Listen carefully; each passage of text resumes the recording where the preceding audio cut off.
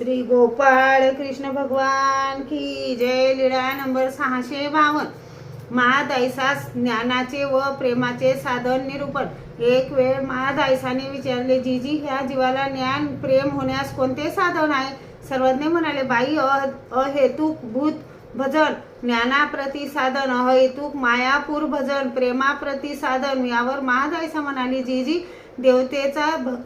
देवतेचा भक्ती मार्ग आचरणाऱ्या जीवांना भोजन दिल्याने ज्ञानाचा अधिकार कसा निघतो? सर्वज्ञ म्हणाले, कोणत्याही देवतेची भक्ती न करता केवळ निरिक्त राहणाऱ्या मनुष्यापासून देवतेच्या युग धर्माप्रमाणे आचरण करणारे, तसेच त्यांचे विद्या साधनाचे आचरण करणारे उभय साधनवंत सर्व देवतेचे अवतार, तसेच आमचे ज्ञानी प्रेमी भक्तांना निष्कामतेने जर कोणी भोजन दिले तर ज्ञानाचा अधिकार निघतो.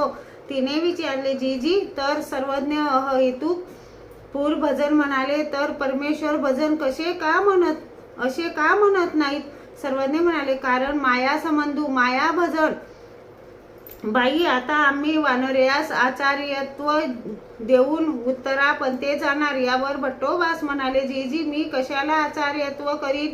मी सर्वज्ञांच्या वियोग दुःखाने देशाच्या शेवटी एका झाडांतरी हे देह सोडीन जी. सर्वज्ञ म्हणाले,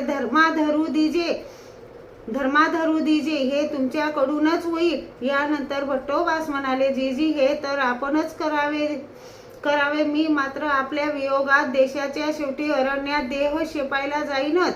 यावर सर्वज्ञांनी प्रसन्नतेने होकार दर्शविला. श्री गोपाळ कृष्ण भगवान की जय.